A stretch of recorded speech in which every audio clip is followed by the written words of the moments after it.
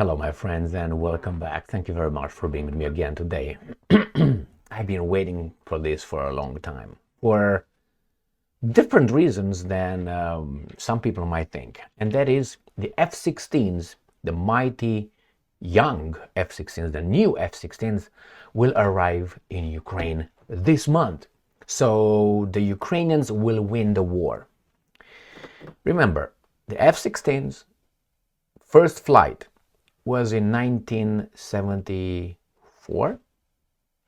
Now imagine you own a car that was designed in 1974, but then with some upgrades here and there.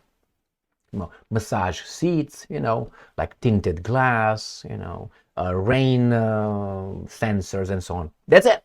But you have the same chassis, you have the same suspensions, and you have different, maybe different power. Instead of having a 80 horsepower, you have, let's say, 120 horsepower now. So these are the mighty F-16s that are going to show up, in my assessment, poor assessment, right? Right, in Ukraine. But hey, didn't they say the same thing when they sent the HIMARS missile systems? Didn't they say the same thing about the Patriot systems? Didn't they say about the Challenger tanks? Challenger 2 tank, the British one. Oh my God. How about the Leopard 2 tank? How about the Abrams 1 tank? They said the same thing with each and every weapon they sent. We're going to send this, we're going to fuck them up. The West sent some garbage weapons as well to Ukraine, saying, well, you use these guys so we can replenish ours by employing our beautiful arms manufacturing companies, so they get fatter than they already are. I think it was a crime. You don't give someone a knife to defend himself from someone with a bazooka. That's exactly what these guys did. When they sent Leopard 1 tanks, they sent those 1962, if I remember, were designed French rubber-wheeled tanks. And you fight the Russians in 21st century, 2024. Are you crazy? No, they're criminals. And they send these things supposedly to the Ukrainian army, which I think they sent those things, like the Marder and others, old fuckers and poor, to fight the Russians. They will be toast. That's all we got. No, it's a controlled war. What do we have here? The F-16s could arrive in Ukraine this month. We're not going to tell you the exact date. We're going to find out. Regardless of if they show up or not, I don't think anything will change over there. Some people will die, but that's it. The course of the war as it is right now, plus the money that these guys give the guys in charge of Ukraine in our name, I don't think it's going to do going to do wonders. So let's look at this article, because I'm waiting for F-16s to show up and show us how good they really are, like the Abrams 1 tanks, the US made Abrams, that they took it away out from combat duty, from fighting. Why? They're poor. A drone, $500 drone can destroy a, what was that, 10 million Abrams tanks or something? Why? Poor.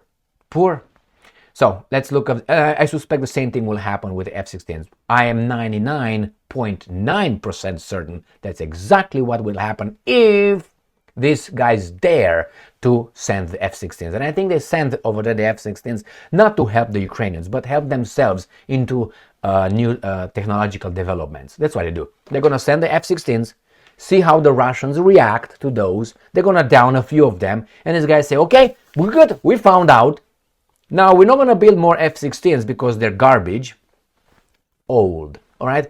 Garbage. But at least we knew and we know how the Russians react nowadays, a current. So we have an advanced knowledge, a current knowledge of how good those guys are, how poor they are. We just send them the F-16s. We're not going to send them the F-35s or... No. We're going to send this one. So the Russians destroy them and say, okay, how can we now evade the Russian missile systems, the air defense systems, whatever the Russians will employ to destroy the F-16s, obsolete F-16s. Here, F-16s could arrive in Ukraine this month, official. Kiev may receive the US-made jets sometimes after May 15. 15, Jesus Christ. May 5, did I say here? No.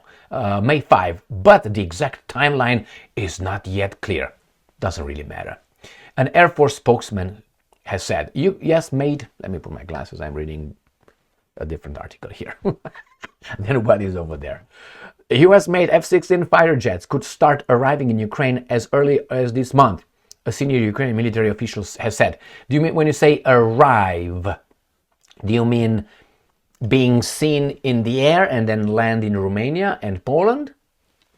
And then the Russians are gonna fuck those airfields up, as they promised they will?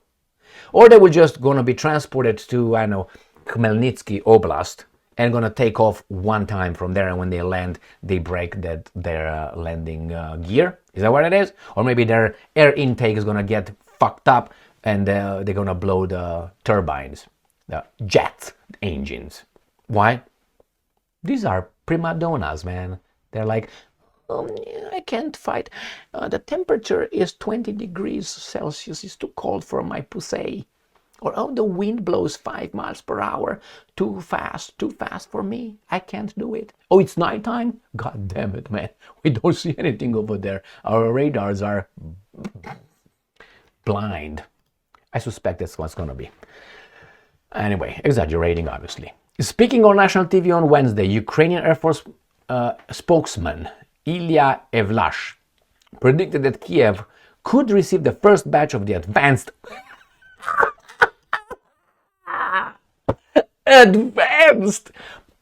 please, as James Brown's song, please, please, please.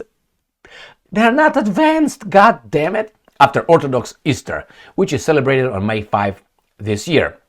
Still, he cautioned against getting hopes up. Yes, thank you very much. You're not a stupid Evlash, what's her name? Evlash. And I'm quoting, we are not guessing the future because the date has been changed several times. That's why we are waiting. Oh, my bad. I take that back. Inhale my words back. Oh, he was cautioned not because the advanced F-16 is gonna show up. No, it's the date. The officials stressed that the timeline for F-16 deliveries is out of Ukraine's hands. Ukraine. Yeah, okay. And that Kiev's military, and I'm quoting, will work with what it is given to it. Give us the weapons, we die. For you to make some profit. Later, in an interview with the newspaper Ukrainska Pravda, Evlash elaborated that, and I'm quoting, after Easter is a drawn-out notion. Noting that Kiev would like to get the warplanes as soon as possible and vowing to make an announcement once they arrive. He added that Ukrainian pilots are currently in training to fly the jets in Denmark and the US. And Romania, motherfuckers, and not only. In March, Dutch defense, okay, Kajsa, minister, why don't you go and fight Kajsa a little bit? Don't stay thousands of miles away and show your pussy like how strong you are. Anyway, the Dutch, why don't you go and fight the Russians, the Dutch, if you're so potent? No. You fight for our values. All right. It says here, Ukrainian officials have admitted that operating F-16s will be fraught with serious practical difficulties. Last month, Evlash said that building bunkers for the jets will require colossal funds. Money. Money buys love and happiness. Adding that Kiev would try to use other methods to protect the aircraft from strikes. I'm not concerned with protecting them from the strikes. I'm concerned with their own functionability. They're not going to be taking off. They take off, they can't land. Just kidding, not much. Anyway, including dispersing them among different airfields. You don't have the airfields. Your Soviet-era built airfields are not proper for F-16s. They need longer takeoff because they're better. And they need clear and clean surfaces for their big under-the-nose air intake garbage. And not only, when they land, they can't have the Soviet, those fucking concrete slabs, boom, boom, boom, boom, and in between with grass. You can't have that because they have a very pussified landing gear. They need only an autobahn to function. The regular, no, you can't have that. What the fuck car is that? What kind of airplane is that? Maybe they're gonna levitate. Maybe they're gonna land like a Harrier and land like that. Half of the fuel tank will be done in taking off and landing. All right, it says here. However, NATO Secretary General Jens Stoltenberg, secretary, he just takes phone calls, makes appointments for the boss. Said that last autumn, let me put my goggles on, that while the F-16s would certainly boost Ukraine's military capabilities, they would not be a silver bullet. Thank you very much, Secretary. Capable of drastically changing the situation on the battlefield. Did you pick the difference? Would certainly boost. They don't tell you how much. Then they say they would not be a silver bullet. They would like the end game thing, but they will help a lot. It said capable of drastically changing a situation. They will not be drastically, but they will change the situation. You understand? It's just Kremlin spokesman Dmitry Peskov has said that F-16s will not change the outcome of the conflict. The same, I think, promising that the Russian military will destroy the planes as it has other Ukrainian hardware.